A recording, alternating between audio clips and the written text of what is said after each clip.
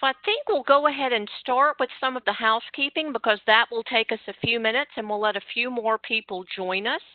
This is Terry Brister. I'm the National Director for Research and Quality Assurance at NAMI, and we are so excited to have all of you on the call this afternoon. We have almost 1,200 people registered to be with us this afternoon, and we are just ecstatic about that and so happy to have all of you here. We want to remind you that we have everyone muted.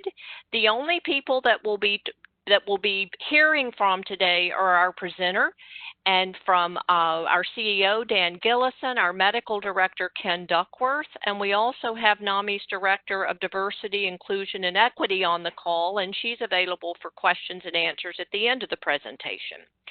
But again, the rest of you are muted, and that's so that you're able to hear the presenter and able to interact, to hear the responses to the questions and answers at the end. We want to remind you that you do have the chat feature. Again, the slide that you see in front of you is showing you where that is and has some instructions on how it works. And then you also see at the bottom for Q&A, you can submit questions as well. And if you look on the bottom of your screen, you'll see the little icons, the one that looks like a little caption. If you click on that, that opens up the chat feature for you. If you click on the circle with the 3 dots in it, it gives you the option of clicking on Q&A. And that will enable you to submit your questions during Sam's presentation. And then as with our other Ask the Expert calls, Dr. Ken Duckworth will be moderating. So he'll be taking your questions and sharing them with Sam. Frequently we get questions that are similar, so he puts those together and combines them so that you get the best experience as participants. We want to remind you that when you're submitting your questions, if you'll choose all panelists as the option. You have an option of submitting things privately, but if you'll choose all panelists, that will make it go through. The call is being recorded. We post recordings of these calls on nami.org/asktheexpert. Something that we started doing just since the pandemic is getting a written transcription of each of these recordings. That way, if you're unable to hear clearly, have any kind of difficulties with that, you can download a copy of the written transcription as well. Following the webinar today, we'll be emailing to everybody who registered, not just the people who participated, but anyone who registered will get a link to the recording. You'll get a PDF of the slide deck and any other files that are available for download. And I don't believe we have any additional files on this particular presentation. But with that, Sam, I'd like to ask you to advance the slide if you would, Ken, and then we will turn it over to Dan Gillison, NAMI CEO, so he can provide the welcome. Elise, you may need to give Sam presenter access. Perfect. Oh, Sam, you have to share your screen, is what Elise is telling me. There we go. Love technology. Thank you, Sam. And Dan, we can't hear you, so if you can unmute.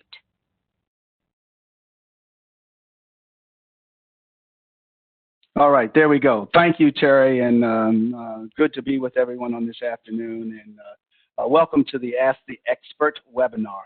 This is a very important series that we do, and it's for you, our audience, and we're very excited to be with you on this afternoon. The Trevor Project was founded in 1988.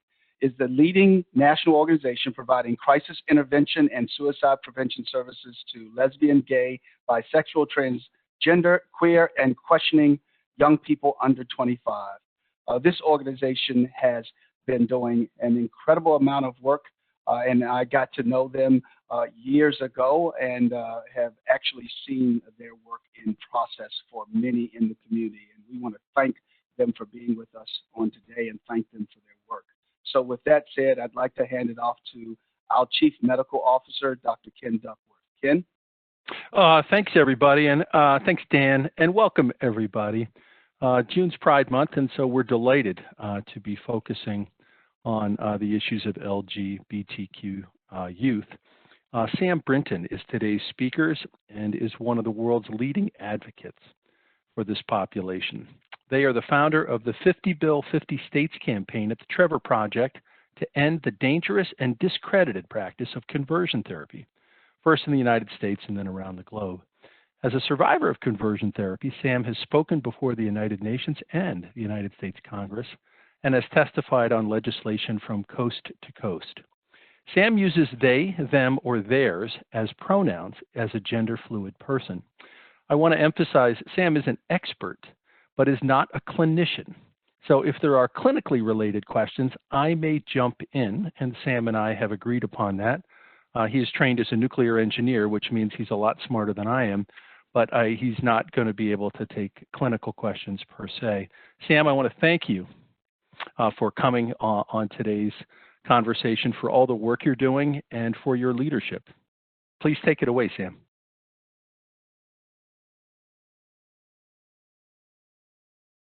You might be muted, Sam. Unmute. There we go. Welcome to technology. Go. Thanks so much.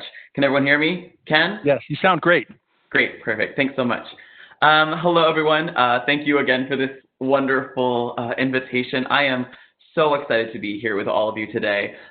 It's a big topic. There's a lot of slides. I do not want to have, parallelization via PowerPoint, so I'm going to do my best to make this as accessible as possible. I promise it starts with some sad stats, but ends with some big wins. So if you stick with me, we're going to have a really good Pride Month. Okay, first off, who is this person? And there we go. First off, who is this person talking to you? And there we go. You already heard my bio. I use they and them as my pronouns.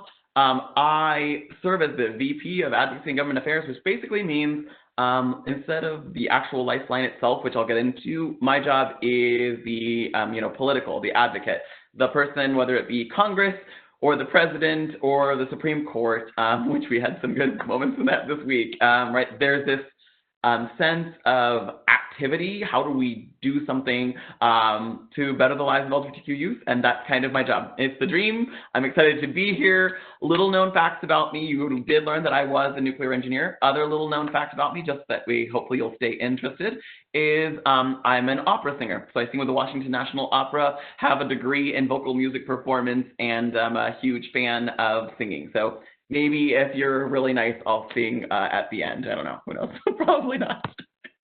Okay, so who is the Trevor Project? The Trevor Project is, as we mentioned, the world's largest suicide prevention organization for LGBTQ young people. I couldn't have said it better. Dan already let you know. We've been around for 20 years, and we have a variety of different services. I'm going to start with those services, knowing that this is not an advertisement, but that way you'll have these resources available to help those in your life who may find them useful, or yourself. And we're super glad that we get to give that resource. First off, a lifeline, 866-488-7386. Really important call centers where we are now completely remote with our call centers, but across the country, 24/7, 365, we're answering the phone, and it never stops ringing. It hasn't for 20 years. We are, again, specific, free, confidential. It's there for LGBTQ youth as they call us. And I'll be clear about that because I know sometimes we get questions about this. We tailor our services to those under age 25, but we serve everyone. If you call, you're not going to get told no, we're not going to answer your call because we recognize that people are in crisis. We just tailor our services to LGBTQ youth who are under age 25, just as a little known fact. Now, however, let's say you're a good millennial like me and you can't stand to talk on the phone. Well, we have text and chat. So start to 678-678 or thetrevorproject.org/help gives you digital services. This ability to interact with us in ways that aren't necessarily auditory. Really important for a couple of different reasons that you might not think of, but really are important to our community. First off is confidentiality. Although obviously most individuals do not want to disclose suicidal ideation to those around them, if you're talking about something also as private as sexual orientation and gender identity, which a person may not be out to their family, the idea of talking about that auditorily on the phone could be really difficult for someone. Another reason that you might think of is for people like myself who our gender identity is not in alignment with what we were assigned at birth. we don't always adore how our voices sound, right? Especially if we're really emotional and we're crying, we may not be able to control our voices in ways that will give folks the ability to, support us in the pronouns or representation that we're trying to express. So texting and chatting can be a way to get past all of that. There is no gender to an electron on a screen, right? And it's much easier for us to be able to be supportive in ways that the person feels engaged all the way through. If you're not in crisis, however, there's really important other services. And again, I promise this isn't just an advertisement for Trevor. I just want to start with the resources, and we'll get into some of the reasons why these resources exist. Let's say you're not in crisis, however. Social media is an amazing opportunity for a lot of individuals to interact with each other, but it's not always safe. And so we created Trevor Space. I like to make the joke, think of it as like MySpace or Facebook, but we don't sell your data to the Russians. What a concept. It is literally just hundreds of thousands of LGBTQ individuals and youth, hundreds of thousands of LGBTQ youth from all over the globe. It's our only international service. And this is questions on what's it like to take a same-sex partner to prom? What's it like to have a conversation with your parents about testosterone? What is it like to go to an affirming church? These are all services and resources that aren't necessarily crisis moments yet, but peer-to-peer conversations could make them go easier. So Trevor Space is that space that I hope you'll share with a lot of the people in your life where people can interact in a non-crisis conversation. If they're in crisis, we push them to our crisis services, which I've already mentioned. Okay, so those are some of the direct services, but we also have focus areas. We are nerds. I'm a proud MIT nerd, and I am, although as was mentioned by Ken, I'm no clinical expert. I think we all know the power that data can save lives, and NAMI is on the leading edge of that work. So the research that we do is based on two major issues. One, all of the contacts that we get in. It's always anonymized. Nothing is ever released that is directly tied to a specific contact for obvious reasons. But when I see, for example, a surge of calls happening on a day, I can look, see what happened, and then respond to whatever is occurring in real time because I know crises are occurring. This happened, for example, in two specific situations recently. One was when Texas did a bathroom bill, aka a don't let transgender youth use the bathroom use the bathroom of their identity, but instead require them to maybe use a bathroom that it would not be safe for them to use due to the sex they were assigned at birth. It was an awful bill, awful rhetoric, and instantaneously our calls from Texas doubled. And so we were able to fly down to Texas, approach in a political, educational, and just generally crisis way. Hey, your words have meaning and they're hurting LGBTQ youth. You're causing distress. Here's what we can do to help, right? A really great way. We also operate the world's largest survey of LGBTQ youth. I'll get into that in a little bit with our data. We educate, just like what I'm doing right now, trying to reach as many people as possible with what are the warning signs of suicide and how do we have LGBT competent suicide prevention. It is not enough to just have suicide prevention. It is important for us to make sure that all of our education materials for all types of different programs are LGBTQ competent. And I'm excited to be here to be part of that program with all of you. And last but not least, obviously my fave, because it's my work, is our advocacy. So taking this data, taking this education, and taking these crisis contact volume spaces and saying, let's do something about it. Let's eliminate the problem before it even gets to a level of crisis. My job is to put Trevor Project out of business. Pretty great job if I do say so myself. And I do that through a lot of different work across the country. We'll get into some of them, but most of my major campaigns start around the work to end conversion therapy. We're going to have a whole section on conversion therapy. It's something that I hope you'll all join me in working to eradicate. So the topic, now that you're like, okay, we get it, Sam, you like Trevor Project. I know. Anyway, moving into what we're actually supposed to be talking about, which is LGBTQ young people and their mental health. I want to give us a framing conversation. Where are we starting with? If this is Ask the Expert, it's where are we starting with? First off, we know it's the second leading cause of death among young people, but 39% 2 out of 5 LGBTQ youth have seriously considered attempting suicide in the last 12 months. I cannot describe how horrific that is. But then it gets worse when 50%, more than 50% of transgender and non-binary youth have seriously, again, considered attempting suicide in the last 12 months. This is not ever, this is now. We are more than 4 to 5 times as likely as cisgender or straight youth to attempt suicide. And that's not acceptable. 71% of them, however, are also reporting feeling sad or hopeless for at least 2 weeks in the past year. Again, not the clinical expert, but that sure sounds like a problem that we need to be addressing, and again, is higher than the average population. In really awful news, those of us, like myself, a survivor of conversion therapy, so those of us who have gone through conversion therapy are twice as likely to attempt suicide as those who did not. Now, again, let's put some numbers together. My MIT degree here, right? If half of transgender and non-binary youth have seriously considered suicide, and those are 5 times as likely as a straight person to attempt suicide, and then twice as likely if they've gone through conversion therapy, that can compound to 10 times as likely as a straight and cisgender individual if a person has gone through conversion therapy at attempting suicide. We have an epidemic on our hands, and I know that word gets thrown around a lot, but it's a true problem, and that's why I'm here to try to raise that attention. This is a large-scale problem. We serve hundreds of thousands of youth every single year. We estimate 1.8 million LGBTQ youth will be in some form of crisis this year alone. Again, I'm sure NAMI has other data on this as well, but pulling from the Youth Risk Behavior Survey and our own research, we've been able to find that this is not a small problem. This is a problem in the order of millions.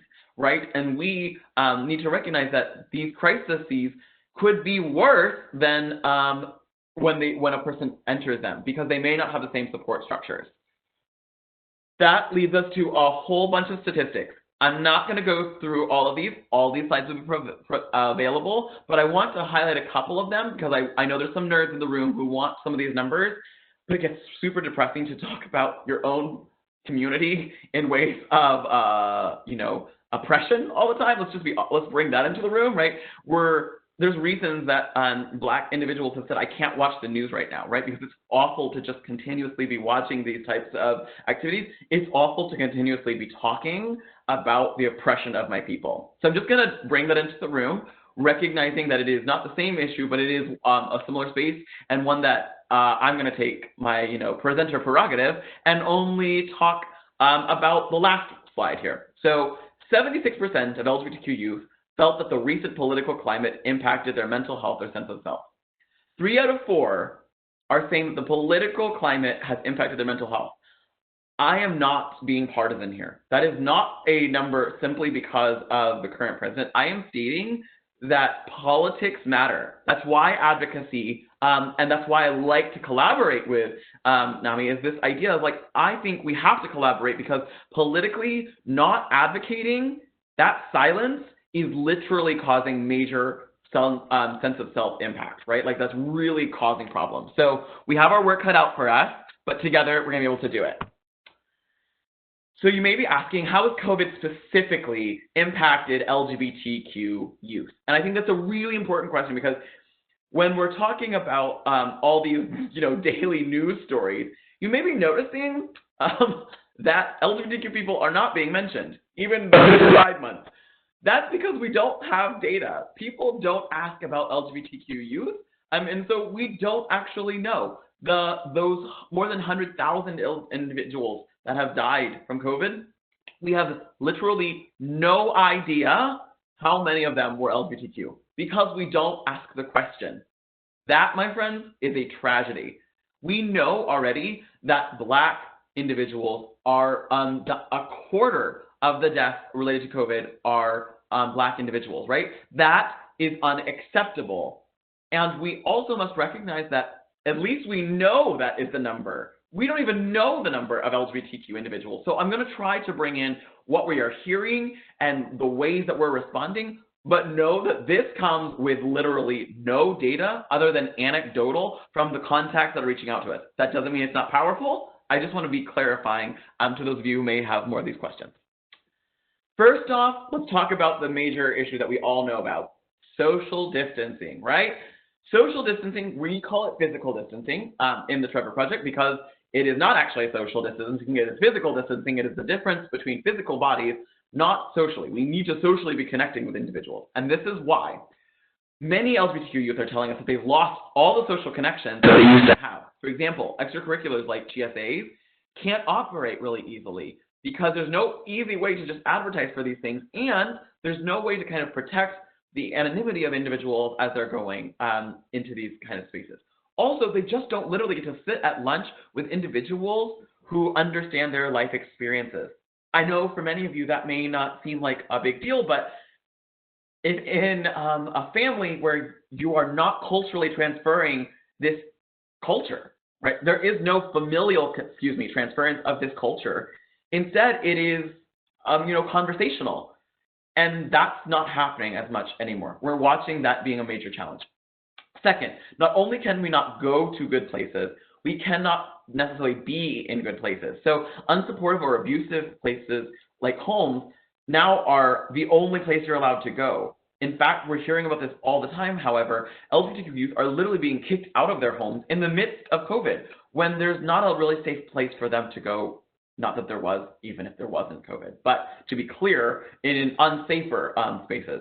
So not only do we not get the social connection, but we're now getting negative consequences for technically being at home. This happens even worse for the individuals who may have come out in college, but now are kicked out of college and having to come back home as well. So you can understand that this is causing some severe distress. Second would be our economic strain challenges. So unemployment rampant, we all know the numbers. LGBTQ youth are living based on this employment to be able to stay away from unsupportive environments. So when that unemployment happens, everyone just talks like, well, the millennials and Gen Z, they'll all just move back into their parents' basement. Well, no, not if your parents kicked you out for being who you are. I am not allowed to walk back into my own home. That is not an option, right?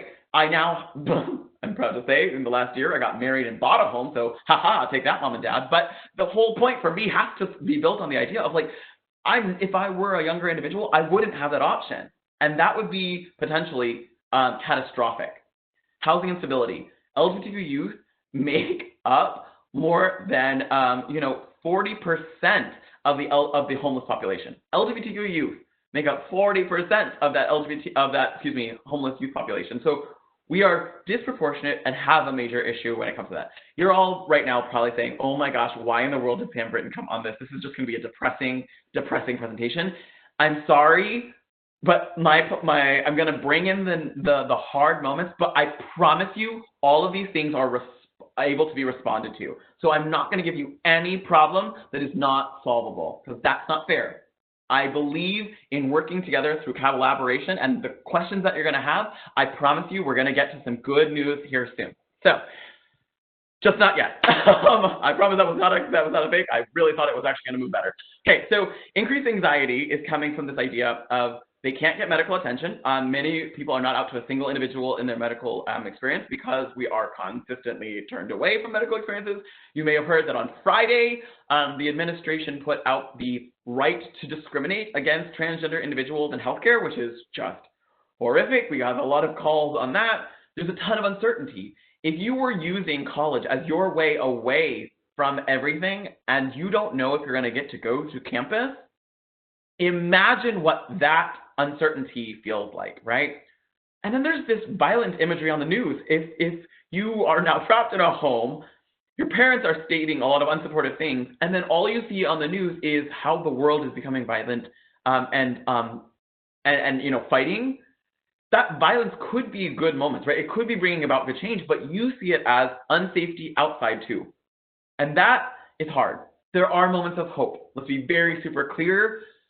Tuesday, wow, it was only Tuesday. The Supreme Court was able to clearly and emphatically state that it is against Title VII, against the law, to discriminate based on sexual orientation and gender identity. That is a massive moment. It is a way for us to say we deserve equality, right? Huge moment, huge moment.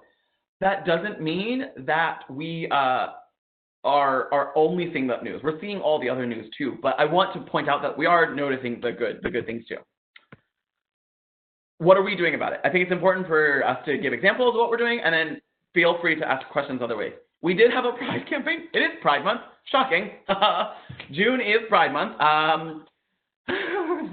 There's no Pride parades. I have been basically recording a lot of videos for a lot of rural prides about Pride inside, right? Pride is everywhere. We transitioned away from Pride experiences and moved toward racial justice because we recognized that was what was needed. We advocated for LGBTQ youth mental resources and said, you have to respond to COVID in ways that are supportive. And last but not least, we even have this protest safety. So we're trying to let LGBTQ know who may be going out and participating in these protests how to do it safely. You're an LGBTQ young person. That brings about different aspects of how you protest and how you will be treated if you're taken in by law enforcement. So it's important for us to recognize that we have to respond to where people are. Started with Pride, moved to COVID, now we're in protest. Who knows what next week will be like? Legitimately, it is about the pivot. And I know you all know that, but it's hard. I'll be honest. Like being the vice president of advocacy right now, when every single new week brings about another thing in this work, is exciting, and I'm glad for it. But goodness gracious me, the world could eat a Snickers. The world could eat a Snickers right now. I wouldn't mind it too much. Okay. However, really exciting that we are watching a national conversation around police brutality and about Black Lives Mattering. That is so powerful, and it is something I cannot wait to tell my children that I was a part of, right? We have whole specific resources on supporting Black LGBTQ mental health, and I want to have a whole slide just where I talk about that right now, knowing that those questions could also come up later, and I will have a link. You're going to get the PDF, that link to the blog where all of this has been shared 3 million times, literally. I want to make sure you have it here as well. So first, to those LGBTQ Black youth that you may be interacting with, these are some helpful tips and tricks. First off, recognize the common feelings. It is important that we all recognize that we're feeling a lot of feelings. I'm feeling a lot of fear. I grew up in a lot of around the world, and I've seen these types of protests, and I've seen the violence, and it sometimes brings back really harsh memories for me. But I need to remember that this is the first time that some people are feeling this, but it's not for everyone. Many people have understood what this kind of feeling of fear is, and I need to recognize that commonality. I also need to feel my emotions without judgment. I'm using me statements, but you should definitely use your own. I'm not going to tell you how to feel, so I can only do that by myself. I just realized that I sound like I'm going through puberty there, but welcome to my voice. So recognize the common feelings. Allow yourself to feel these emotions without judgment. Notice it's the only thing underlined. It's really important that we have to feel these emotions without judgment. I am having a hard time interacting with some of my friends because I'm feeling different emotions that they may be feeling, but I need to say, I'm feeling mine, you're feeling yours, and neither of those are wrong nor bad. We need to have them and just experience them. Then there is the centering of voices. I need to be clear. I'm excited to be here. I've heard from your leadership. Thank you so much, Shidian and Ken, right? You're going to have voices, specifically Black voices and experiences that you're going to be raising. That I am not that voice right now for you, but I am raising voices as I can and raising the experiences of me as a white person, what I can do to not put that pressure on Black people when they do not want that pressure. I have a lot of my friends right now who are like, I'm tired of telling people what to do. Like, I need to just take care of myself. And that's something we need to give Black voices the opportunity to do. So take that as a pragmatic best of both worlds there. Take a break from the news and social media. I am not watching nightly news right now. I can't. I can't sleep when I hear the scream, so I'm not doing it. Social media, I am super proud to say, I am limiting. I am posting the good things. We just passed an anti-conversion therapy ordinance yesterday, so I was like celebrating that. But then I take time away, right? Good. And then last but not least, pivot to the action that you want to take. And I'm going to give you a whole bunch of them. But just know that you need to not just feel feelings, you need to do something with them. That feeling, that action does not need to be in the street. It can be on the couch.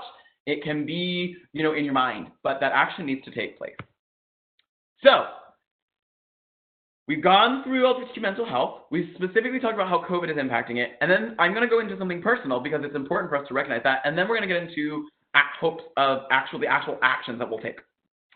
So I'm going to talk about conversion therapy for a bit. And you may be like, Sam, that has nothing to do with today. Actually, it does. When you are trapped at home, we already have a lot more LGBTQ youth who are telling us that their parents are literally putting them into conversion therapy while they are trapped at home with them in COVID. So this is a really awful experience, and I'm going to explain it. It's going to start really bad and end the best part, right? So again, hinting, you're gonna love where this turns out. You may be asking, Sam, I've never even heard of conversion therapy. What is this? Good question. Conversion therapy is the idea that you can change someone's sexual orientation or gender identity into a straight or cisgender person. It's taken a lot of different names over the time. So pray away the gay, conversion therapy, reparative therapy, sexual orientation change efforts for the medical, right? Like a lot of different terms. All of them harmful. Super important. Just starting off, it's not effective and it's harmful. You may be like, but my Aunt Betty went through conversion therapy and she's straight now. Aunt Betty is lying. I will never say that to Aunt Betty's face, but Aunt Betty is lying because it is not effective and potentially extremely harmful. Of the survivors that I originally knew when I came back out in my experiences, a large majority of them have died by suicide because we are extremely damaged by a mental health practice that is not actually healthy, it's harmful. Every major medical organization has said it is discredited. So let's be very clear. First, you might be saying, well, it worked on, person X. Nope, not true. And two, every major medical organization has said it doesn't work, and it is potentially extremely dangerous. We know it's dangerous. So others are saying it could be potentially dangerous because they don't have a lot of case studies of this, which is good. Don't put kids through this to do your silly research. But we know it from our research, right? Because we're hearing from LGBTQ youth who are in conversion therapy, about to be put into conversion therapy, just got out of conversion therapy, their friends are in conversion therapy, literally every week. Every single week, we're hearing from someone in conversion therapy. I myself am a survivor of conversion therapy. I'm going to go through my story extremely quickly. I know not enough time, but it's going to hopefully make an impact on how we have this conversation. So I didn't realize I was coming out when I told my family that I really liked the boy next door. And my father became very physically abusive. And it was at this time that my mother stepped in and said, I've heard of this thing called conversion therapy. Let's try that instead. Like, Sam is scared of you punching him, but that's not going to actually solve this problem. So we went into a conversion therapist's office. I was lied to, and I'm shortening this by a lot, but I was lied to for months, telling me that I was the only gay child left alive, that the government came through and killed off gay children when they were born, that I had AIDS and would die of this disease. I am a 10-year-old child. All of this is happening to me. When that wasn't enough, I would be put through what is called aversion therapy, this idea that you can use physical stimuli to make something painful or bad if a person thinks about something. So they would show a 10-year-old child images of men holding hands, right? Me holding hands. They would show me images of men holding hands and then put my hands in ice so I would feel cold while I was seeing images of men holding hands. So I would associate that awful feeling of the cold with the images I was seeing. And I'm very young, so my brain starts to associate that that's what's going to happen every single time. Same thing would happen with heat. When men holding hands were shown, I would then have wires wrapped around my hands and heat would be applied when pictures of men touching men were shown, and turned off when pictures of men touching women were shown. It would culminate, sorry, I get emotional every once in a while. It would culminate in electroshock therapy, where I was literally basically electrocuted while images of men having sex with men were shown. I screamed, begging my family to make it stop, but my mother and father loved me so much that they thought they were saving my life. Those are some of the stories that we hear at the Trevor Project. And before I go further, I'm sorry, I need to always do this. I need you all to take a deep breath. Let go. That was not easy to hear. I can run through it because in my brain, that pain is my past. It is not my present. It is not my future. I work to end conversion therapy and make sure no person ever has to go through what I went through ever again. And I hope you'll join me in that. But I'm sorry for just kind of jumping into the next step. That was hard. And I'm going to clarify that it's Pride Month and we're having a lot of really joyous conversations. We need to have the tough ones too. So here's the numbers. I know my nerds. Ask the expert, right? So I'm trying to give you my numbers. So 700,000 individuals have gone. I know I'm smiling while I said that. That was awful. Okay. 700,000 individuals have gone through conversion therapy, have survived conversion therapy, with 16,000 at youth still at risk in the next couple of years. So let's be very clear. Nearing 1 million, well, rounding up, right? Like over 700,000 have already had this, and tens of thousands are going through it every couple of years. Like this is a major problem. 5% of the youth ages 13 to 25 have responded saying that they've been through conversion therapy or reparative therapy. That's our survey, and again, you'll have the link there to look into more of those numbers. 5% of a population being told to erase themselves on a consistent basis is unacceptable, and it is having major consequences. I am not the only one who had major suicide attempts. My fellow survivors are reporting that 42%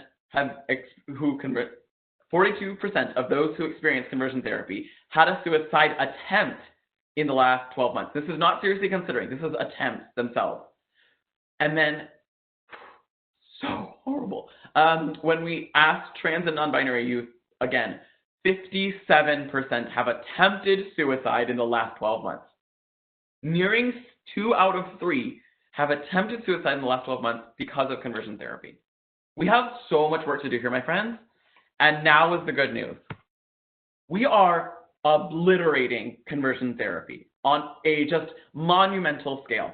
In the last few years alone, I've been able to be part of more than 20 states which have ended conversion therapy for minors by licensed mental health professionals. That is a huge win. I cannot describe how in the LGBTQ community, we're just so used to like decades between wins.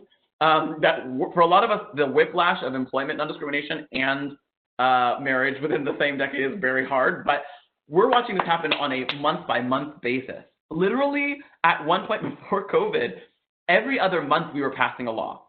That's how fast this was happening, and it will happen again. But it's important to not just say that these laws are passing, these laws are also being proposed. 19 other states have proposed this type of legislation, leaving only, again, 11 states where we have work left to do, that we haven't even had a proposal. Imagine this. I hope many of you are recognizing that in a state where this is being debated, a mother has to recognize that what she's about to put her child through is being debated by her state as potentially catastrophically harmful, right? Literally people losing their license over. But that's not all, folks, right? We're not just doing it on the state level, we're doing it on the city level. I'm proud to say that this month, we've already passed 2 more ordinances working to end conversion therapy. Yes, even in COVID, we are still passing local ordinances working to protect minors from conversion therapy. First, in Roland Park, Kansas, I'm a Kansas farm kid, so all for it.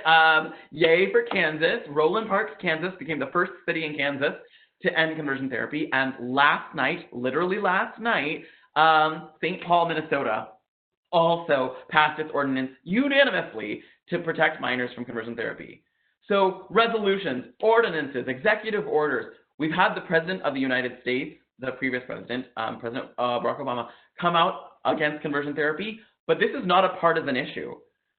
Hundreds and hundreds, more than 500 Republicans have voted to end conversion therapy in the states that we have done this work.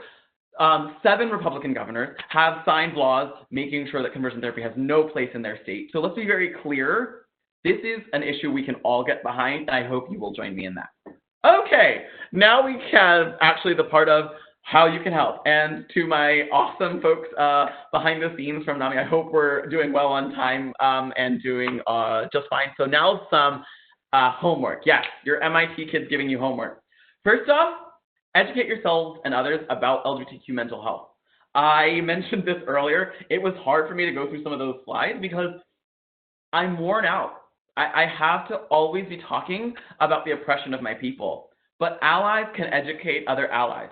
There is the power of you saying, I don't know everything, and I'm not speaking for a community. I'm speaking recognizing the harms that are well known, right?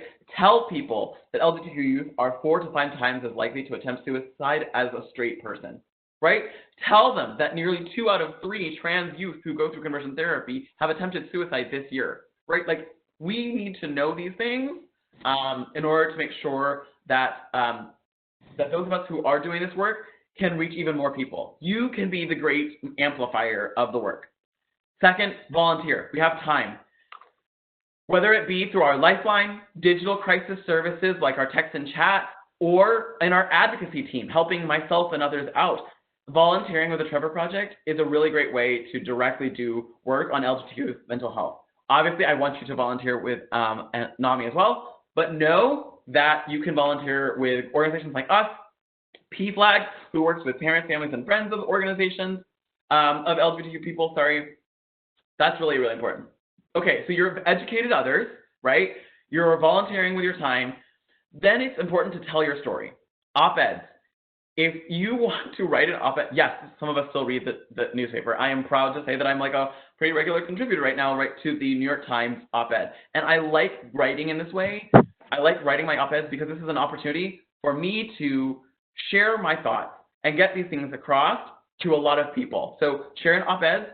If you're political and you want to testify, go to a local school board meeting and talk to them about LGBTQ youth mental health. Have a movie night. That's why I included Boy Erased, a little known fact. I got to walk the red carpet of the Oscars a couple of years ago for when this movie was coming out, all about the idea of we need to share our stories. This is a story, a movie with Nicole Kidman and Russell Crowe, right, about conversion therapy, but it's in an accessible way. If you're a person of faith like myself, speak with your churches. Talk about what you can do in the communities that you're in. And last but not least is being a safe place, being a safe place for people in your community. Mentioning pronouns. I'll have a quick learning moment, right? Like, I'm gonna make sure to have, I'm so grateful to be here, and yet I have to make sure that people know that my pronouns are they and them, and that doesn't always get said that way, but that's okay. I will use it as an educational moment, and you can be the person who uses the right pronouns, or even includes your pronouns in your email, in your title, whatever the bottom of an email is, the bottom of your emails, right? Like after your name, talk about your pronouns, because that gives it more as an acceptable place of hey, just in case you wanted to know, I'm here with these as my pronouns, and I want to respect your pronouns too. Ask people's pronouns of everyone. Don't just ask it of trans folks. It's really annoying when people only ask me my pronouns, but no one else, right? You know why? Because I am just like everybody else. I just happen to use a different pronoun than maybe the person sitting next to me does, but we all do in that kind of way. So be a safe place.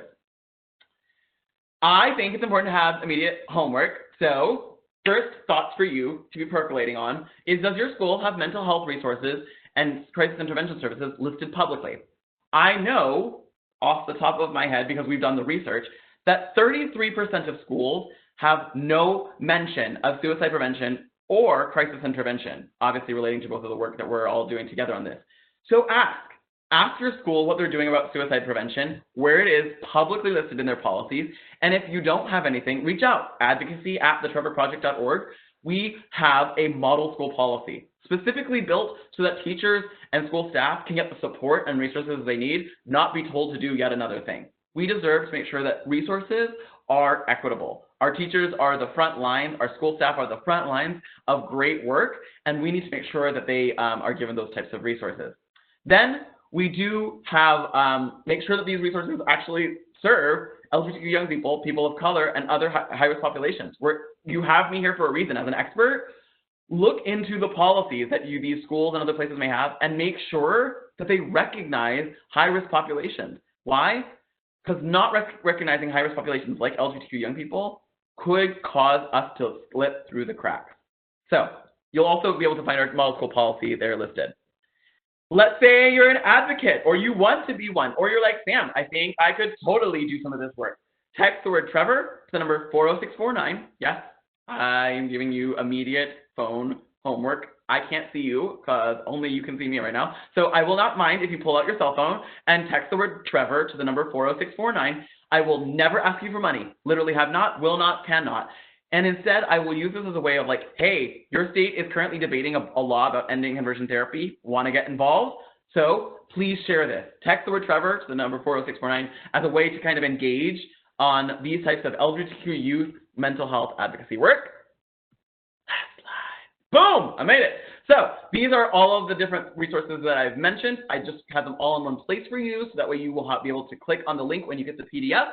But I don't need to cover this anymore because I've already covered all those resources. That's my name. That's my email address. Yes, that's right. Okay, I was making sure I didn't misspell it. Right, sam.brinton@thetrevorproject.org. I am so grateful, so grateful for the opportunity to be here with all of you. And I think I'm going to open it up. Ken, we're going to have some time for questions. And I am going to go to the next slide. Yes, Q&A. Ken, my man, all up to you.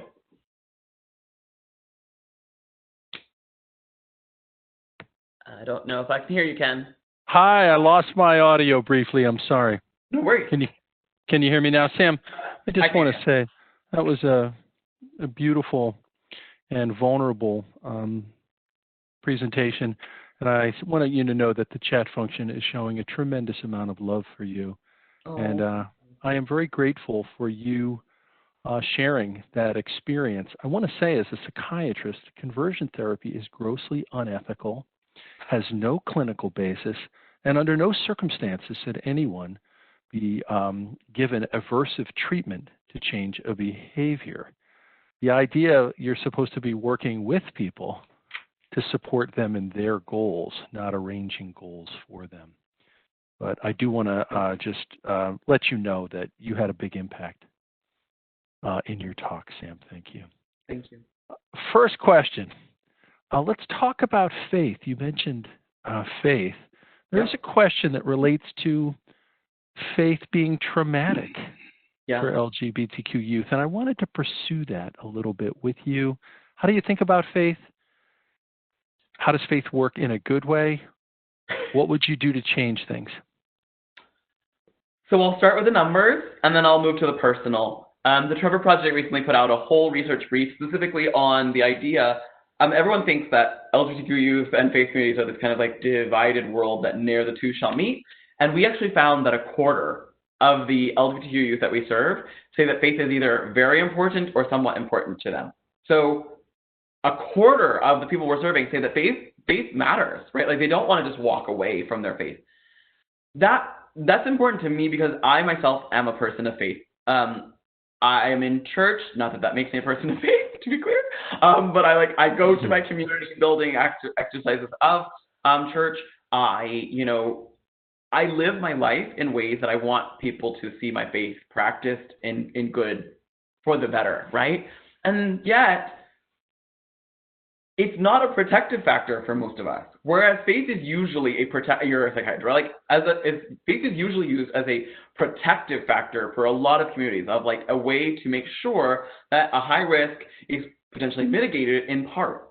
But it doesn't work that way for LGBTQ youth because so many of them hear from their parents, families, and friends that their faith is antithetical to their sexual orientation or gender identity, which is not true. But they hear these statements and then they think that there's no place for them. So your question is important because it can be traumatic. It is traumatic because of a lack of understanding of acceptance. I, as a person of faith, want to be very clear. Like, I'm not stating that we need to give up on our tenets of faith. That is also antithetical to my work.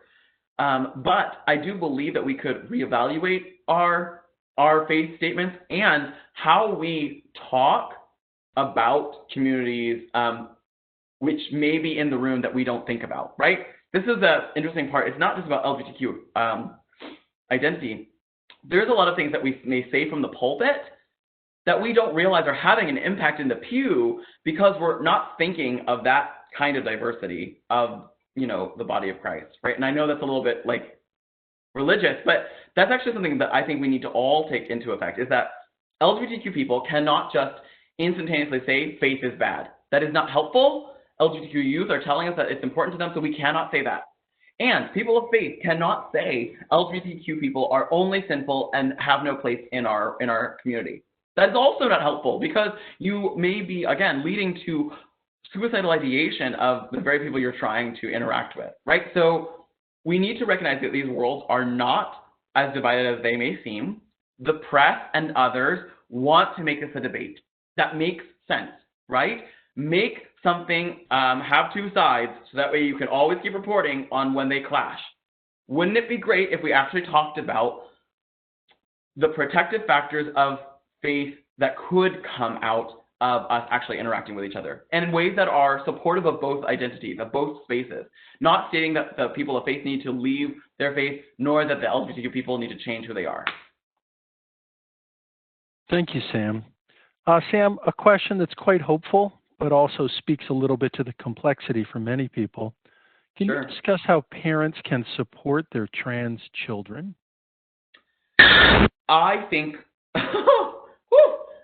so many. It's a great question, isn't it? A very open question that I think probably honestly Yes. needs its own presentation. I'll go into two spaces. First off is understanding that a child is learning about themselves. We, as parents, no, I'm not a parent, sorry. Parents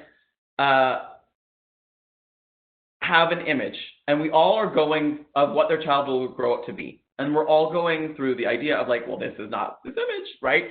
And sexual orientation is hard. It's why coming out to parents is difficult. I'm not giving my parents forgiveness for how what they did to me, right, in that way. They should never put me through conversion therapy. I have forgiven them, but like that was not appropriate. However, I do recognize that their worlds were crashing. They thought their child was going to grow up a certain way, and then their faith told them that that wasn't allowed, and then they had to try to respond to it. So in the same sense, for a trans child and a parent needs to recognize this is a learning moment on both ends. The trans child could also give grace. Let's be very clear. I'll call out my own community. We can give grace to parents who are trying, but be open to moments of learning. Ken, I'm going to actually use you as an example. You are not my parent, but I'm going to use you as an example here, right? Like when you introduced me in the last sentence, you accidentally used the word he, right? And it wasn't a big deal. I moved forward, right?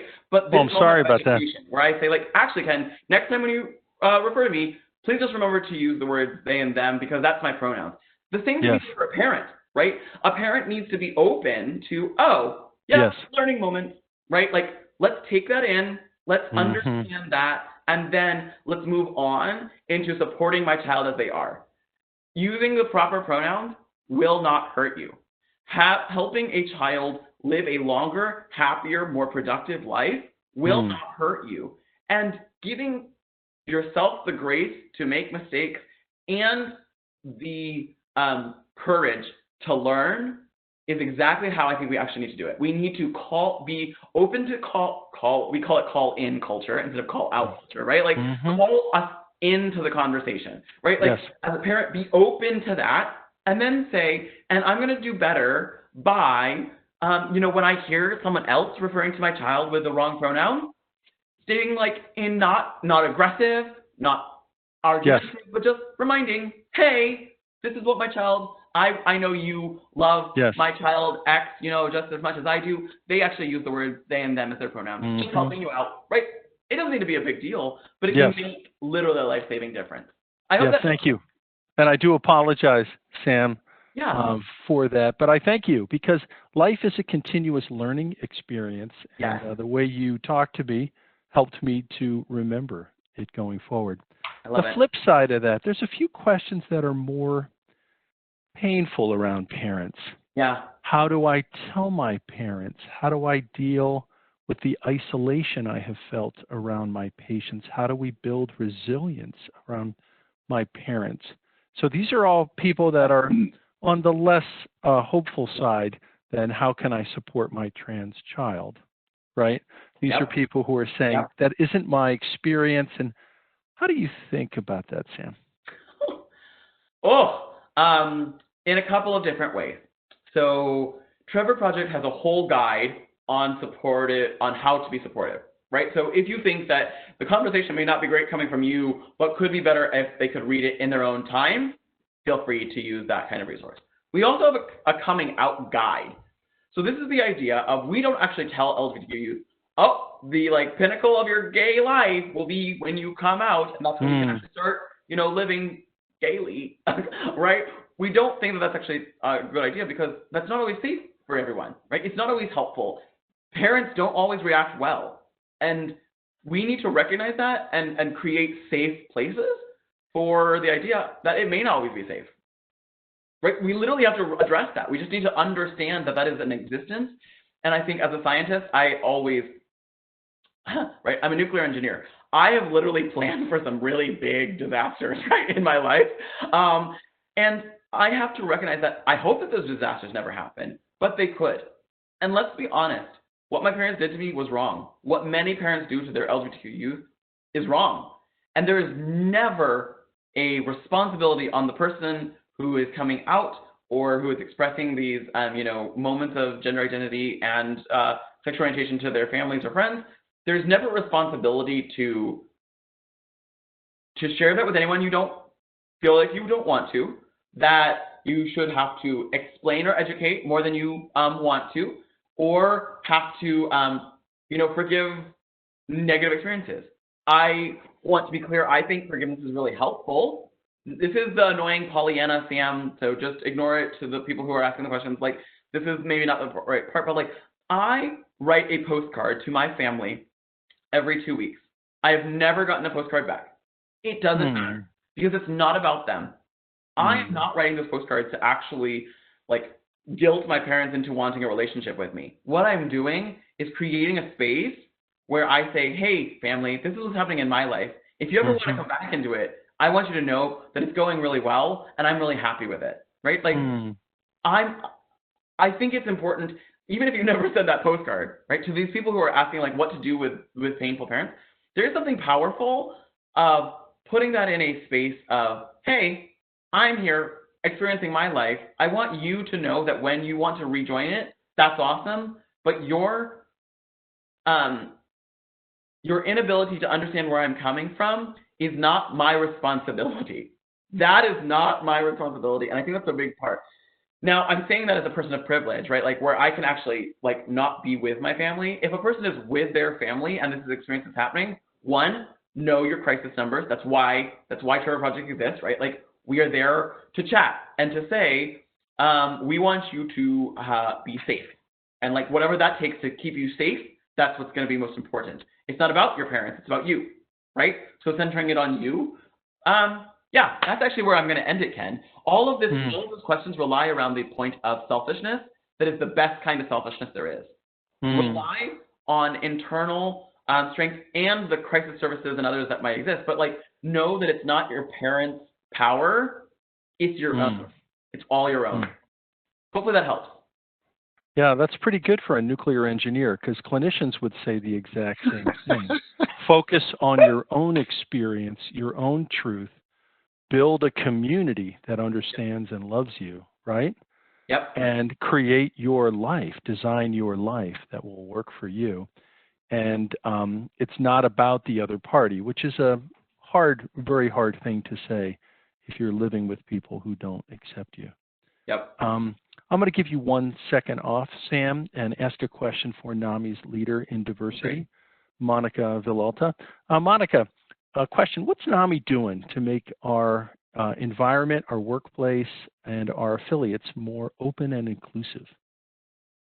Well, thank you, Ken. Thanks for the opportunity. Sam, I'm just so delighted to have you with us today. And I want to say that NAMI has made an intentional effort to embed diversity, equity, and inclusion into our work. And I think having these conversations are so powerful because it makes us actually much better at the work we do, at the much-needed work we do. And so I think that's part of the response, Ken. It's being able to be here, educating ourselves, and then taking action, as Sam so beautifully mentioned.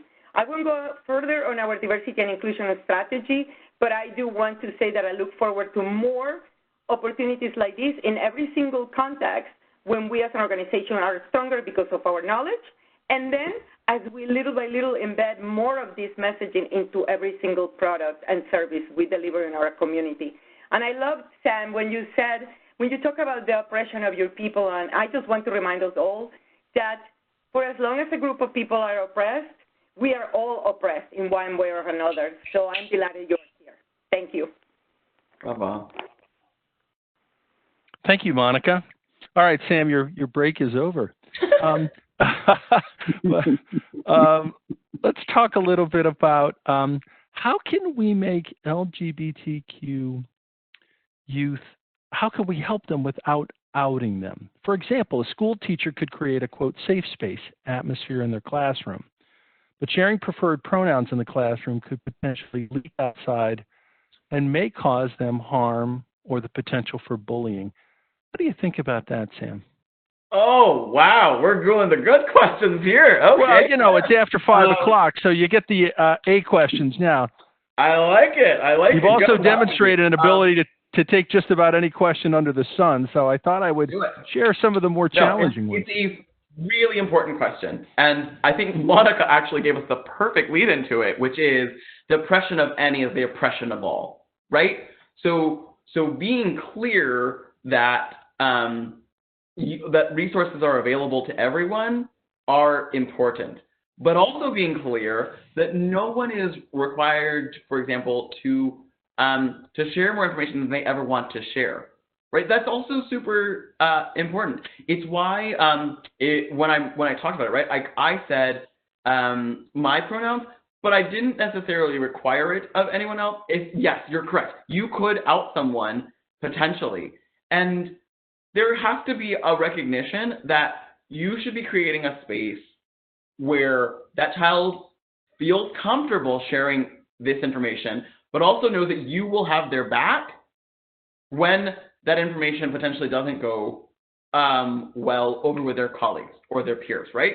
So I am not saying you should ever require it, obviously, definitely not. But if this child is feeling comfortable enough in your presence to potentially out themselves, right? They would never do it without actually trusting you, because no one's going to just out themselves as a person with lived experience, right? Like, no one just outs themselves unless we think that we could potentially, like, we're not doing it on a whim. It's not because it's Tuesday. Oh, we have to be out today, right? Like, we're doing this because we trust you.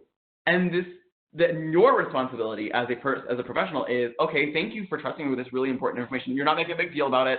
Remember, you're not making a big deal about it, but you remember that information, you use that information, and you also create a space where they know that if that information is ever being used against them or to hurt them, you are the place that will defend that.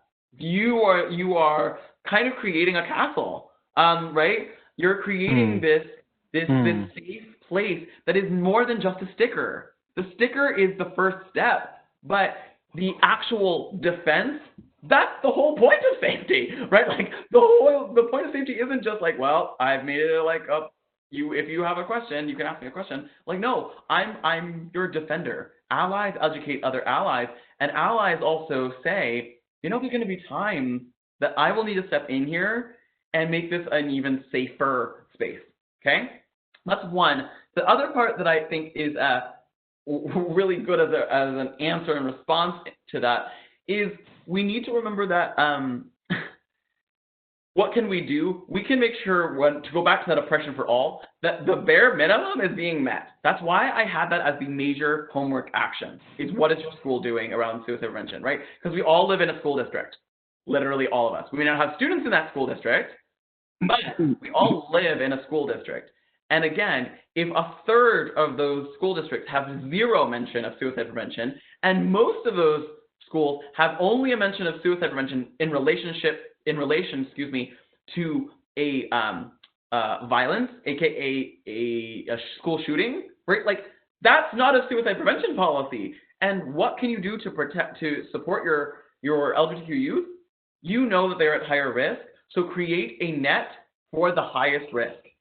That's I think I'm going to how I'll end that question, Ken, is that, like, you need to make sure that the resources are available and are tailored to the people who you're trying to help, so that way, even if they never use them, knowing the net is there lets you be a better, tightrope walker. We are tightrope walkers as LGBTQ people. When we give you that information of our, oh wow, this analogy is actually coming out together really well. So when we give you that when we give you the information of our pronouns, right? And you're saying like, oh, that could be an outing moment. Yeah, we're literally walking another step forward on that tightrope. Literally doing that with you. And you need to respect that we're doing that. Give us the nets behind it to protect us if we ever fall. And also make sure that nothing comes flying at us while we're, walking miles above the earth. That's a really, I have never used that analogy, but I think I'm actually going to start using that from now on. It's brilliant. It's the tightrope walk.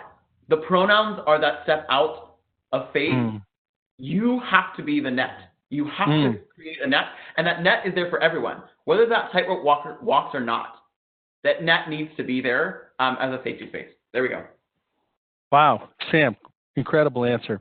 I'm now going to give you a softball. What is your favorite opera or role you have played? I am totally a comedic baritone, which does not sound like my voice at all. I know. So it's actually a well-known name, Figaro. So I actually love to play Figaro. It's Le Notte de Figaro, which is the marriage of Figaro. Yep, nice. One of my favorites. Okay. Oh, love it. Excellent. All right, thank you.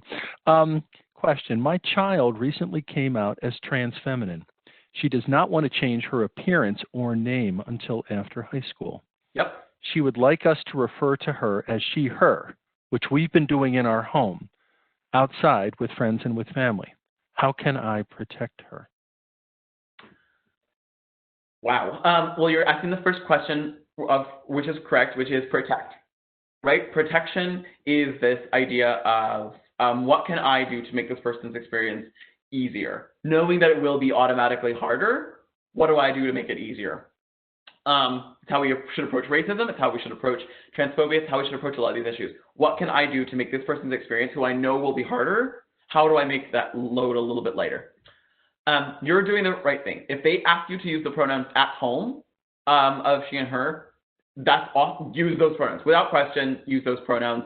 That's what you've been asked. Do that. Ken, I couldn't quite hear you when you said that outside of the home they were using those pronouns or not, but yes, again, be dependent. Yes, in our home and outside the home with friends and family. With friends and family. Great. This parent just wants to protect. Exactly. Thank you, Ken. Sorry, I appreciate that clarification. So the reason that I asked that was because I think there's important recognition that the friends and family is this like close-knit circle that this person is trying to, is basically, again, I love this analogy, right? They're taking steps out on that tightrope, right? It's not just the family, right? It's families and friends, but they're giving you that permission, but not for everyone. They're not changing everything about themselves. They're not coming out maybe at school. To be very clear, statistically, that's very normal. I know I hate the word normal, but it's a normal, average kind of thing. Most trans youth are not out to a single adult at school. Most of them are not. So it is very normal to not be sharing those experiences because of the fear of what could happen. We know that bullying is very real and very present in our lives, and we need to make sure that that happens. So creating a safe castle to always come back to when you must understand, and I'm sure you already do, that they leave that castle every single day to go to a place where they can't get to be themselves. And that is so hard. They're choosing that. They're protecting themselves, and you need to give them even better armor. That armor is built up by you using the right pronouns, by you, if you use them incorrectly, catching yourself, saying, I'm sorry, and moving forward, right? There is my expression, right? Like, let's be very clear. Not every gender fluid individual you meet will look like me. We take all shapes, sizes, and expressions. My expression is only a snapshot of who I am as a person, right? Ken, you were seeing me, but you also saw me in a T-shirt a few days ago when we prepped for this, right? So you're seeing different moments of my expression, and you would never say, "Oh, I know all about Sam," right? Because of this one, great outfit that they wore, right? No, we take people as holistic individuals, and parents. The best way to protect is to create holistic environments of that protection, not one-off.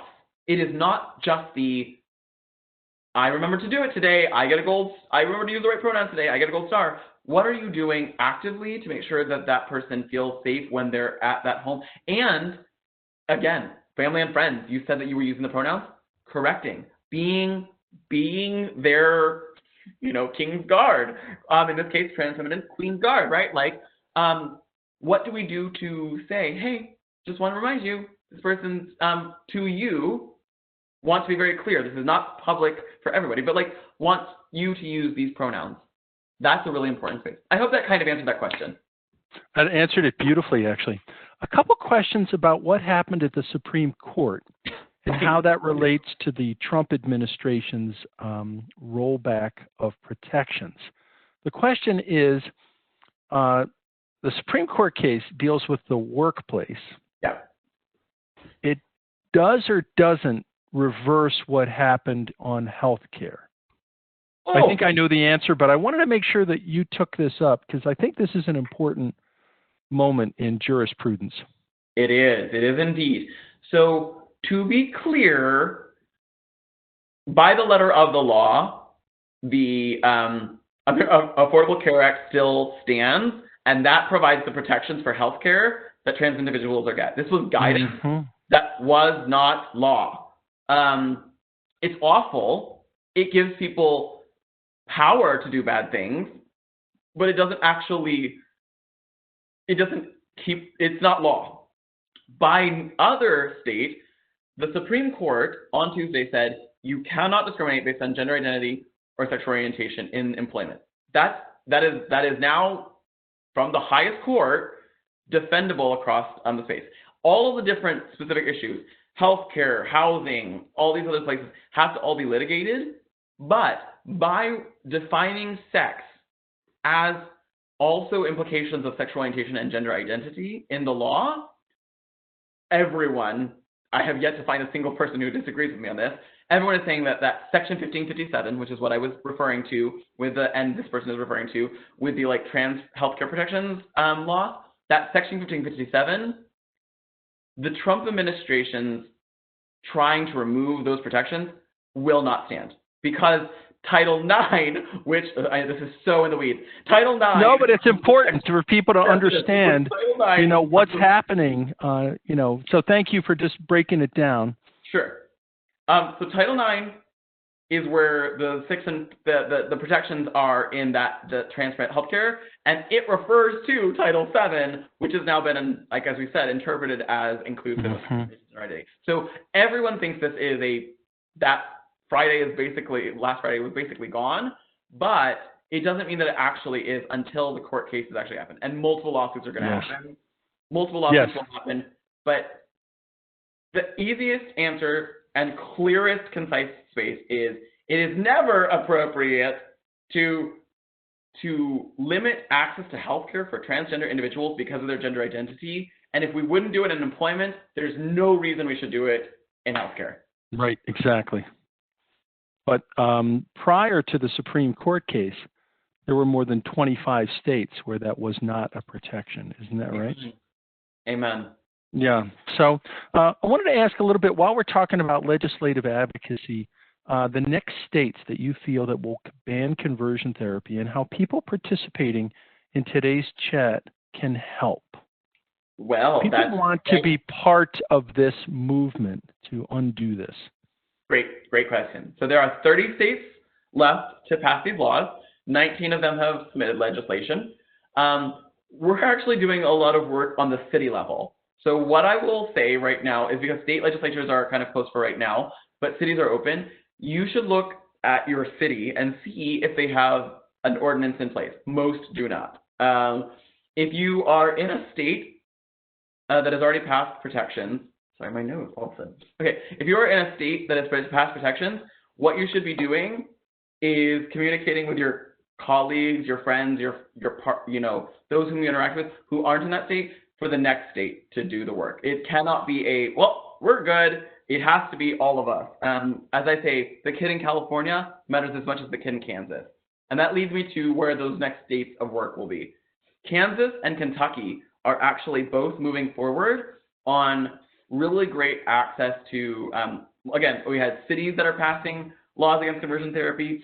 Oklahoma just passed the first pro-LGBT vote in its entire state history this year based on conversion therapy. It didn't make it all the way out, but a committee positive vote for LGBTQ youth in this way was radically important. So how do people get involved? First, text Trevor to 40649.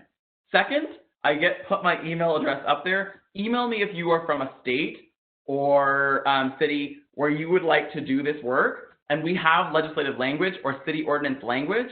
No city is too small.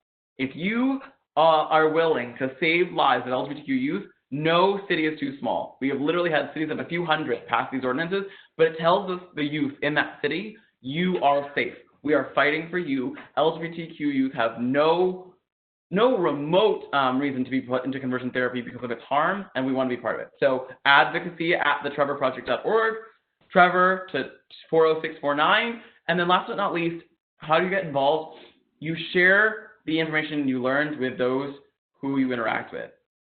Use the hashtag 50Bill50States. That's the campaign that we do to work to end conversion therapy. I'll repeat that again. Hashtag 50Bill50States. Use that hashtag. Use hashtag conversion therapy on all of your social media. Like right now, there's potentially 1,000 of you watching. If you all put something out on your social media today about hashtag conversion therapy, you will change the conversation. Right? People will realize, oh my God, that's still happening. And you're going to be like, yeah, I actually heard from an individual who says that it's happening and that they're getting calls every single week about people that's happening. So we need to act now to make sure that doesn't happen in the future. That's, I guess, 3 big ways that I would say we can talk about it. Hopefully that helps, Ken. Sam, incredible. And this has been an incredible discussion, and I want to thank you again for your leadership. The NAMI research staff has revealed to me that you sing and your songs are available on YouTube. So I want to ask you, with your permission, could this Ask the Expert, which lives on the NAMI website, be linked to some of your favorite tunes? I understand you sing The Impossible Dream.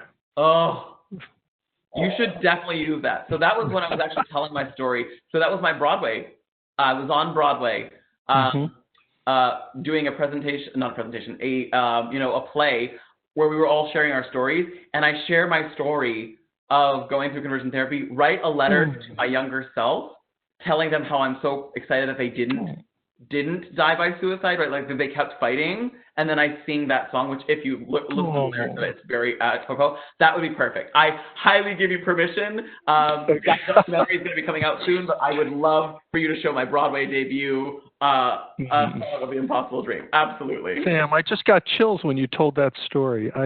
I'm so moved by your work and your experience and your leadership, and I want to thank you. And I hope you'll come back to join us at NAMI with Ask the Expert.